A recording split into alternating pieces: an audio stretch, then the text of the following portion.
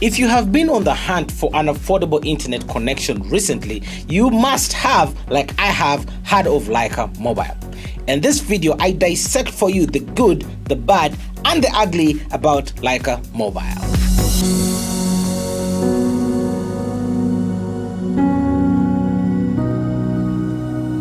So, Lycamobile is a new internet service provider here in Uganda. And of course, word has spread like wildfire of the good stuff that they bring to the table vis-a-vis what we're having with those that already existed before it right here in our motherland. Let's start by digging into the good. Now, Lycamobile, like any telecom company here in Uganda, provides voice calls. Of course, their calls are very, very cheap. I've seen them going for about 3 shillings per second, and they have very good bundles, especially for those that are doing international phone calls, those that are calling the UK or calling other countries like Saudi Arabia and so on and so forth. They have very, very amazing packages on voice. But hey, come on, you like me are not buying a Lycamobile SIM card for the voice. No, let's get straight into the gist of the matter. Data.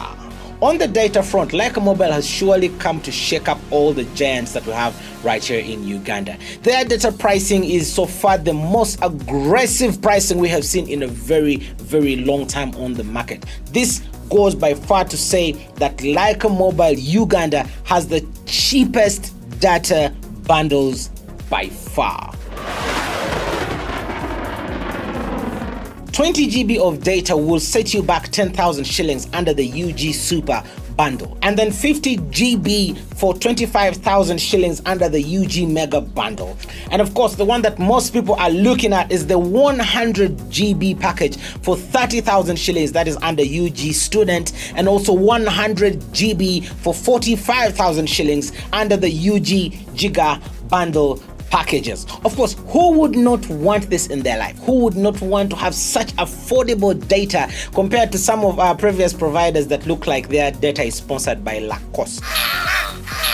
To get more information on these bundles and how they are packaged, you can easily reach them on lycamobile.ug/plans to see for yourself what is being offered. This is really, really awesome.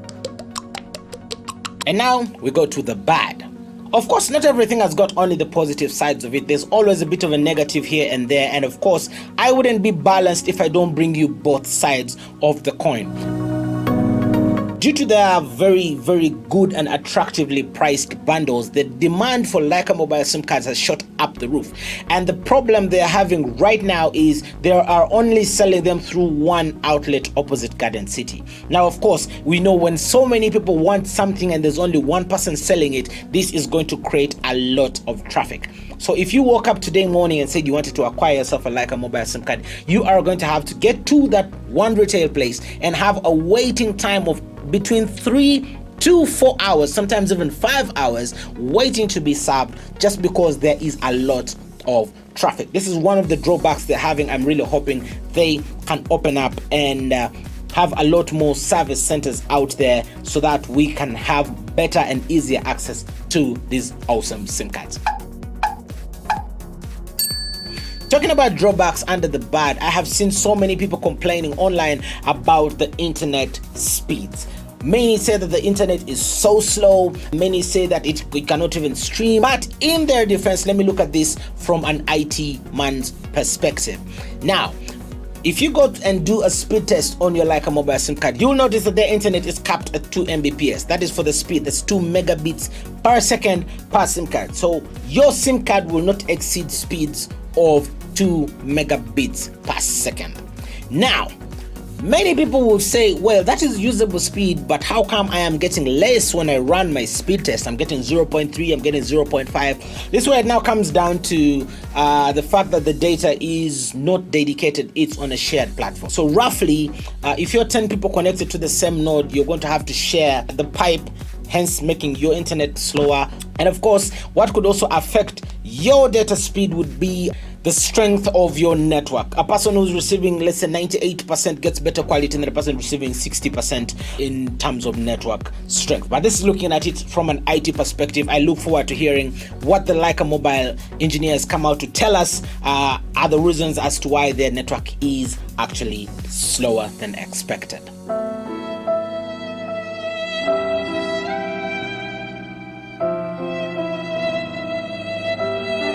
Still talking about the bad, I have seen people complaining online, especially on Facebook, on the Lycamobile page, about some bundles not loading. But of course, I think this is just a temporary glitch in their system. I am not being on their side. I'm just trying to give possible explanations as to why this would be happening. I think it was a temporary glitch here and there. And of course, being new players in the market, some of these things are expected as they figure out their game. Now, the last bit I'd like to point out here in the bad about Lycamobile is it's just weird, but I think it's due to the lockdown. Their customer service is not available on Sunday. So if you have a problem and you need to reach them on a Sunday, you will not be able to be attended to. You get the automated voice telling you the service, the customer help is not available, try again later, which basically means you try again during working hours, Monday to Saturday. And of course, when during the working days, as soon as you call, it goes through. It would be good if we're able to access customer care on a Sunday as well, because these things work 24/7, 7 days a week, and of course throughout the year. But I think these are some of the things that they shall air out as time goes on. We give them benefit of the doubt, and of course we keep watching this. In case of new developments, keep it here, Q256. I shall keep updating you on what they shall be releasing right there. Now let's move on to the ugly, the really ugly, the worst bit we all hate about Lycamobile right now. In the ugly zone, as refers to Lycamobile Uganda, we just like to quote one thing and one thing only: network, network, network, and network. So many people have been complaining. I've been following forums, I've been following on Facebook, I've been following on Twitter, and so many people have been complaining that they do not have network reach at their places. Now, I went onto the Lycamobile website, that is lycamobile.ug, and I looked at their coverage map to see what sites are up and what sites do they hope to be putting up soon. Of course, the ones that are not yet commissioned don't appear there, but the ones that are commissioned show the coverage is there within Kampala, Wakiso, Mukono area. But even with this coverage, they still are going to need to beef up this network because so many people cannot access network. I personally do not have network at my place, so I couldn't bring you a speed test to show you what I'm talking about because I have zero network at my place. However, I think with time, they shall come up and beef up the network. Giving a little bit of a brief history of how the network infrastructure is set up, Lycamobile acquired Tangerine Telecom.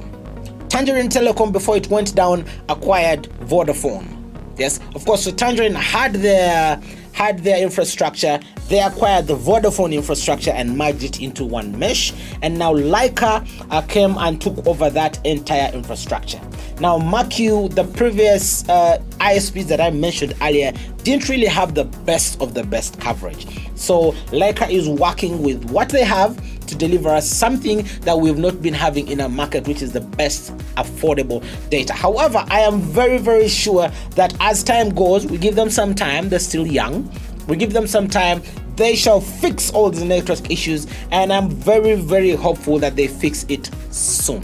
To wrap this all up, is it worth buying a Lycamobile SIM card? Well, in my view, in my opinion, it is 110% worth getting yourself a Lycamobile SIM card. However, one, get to their website, lycamobile.ug, check for coverage, make sure you see that among the pins on the map there, you have one that is nearing you. That basically means you have access to a cell tower near you. This shall guarantee that you get wonderful service and you get network. However, if you do not have network coverage in your area, still give it a try. You may be lucky and you'll be getting network from a far away booster without any issues.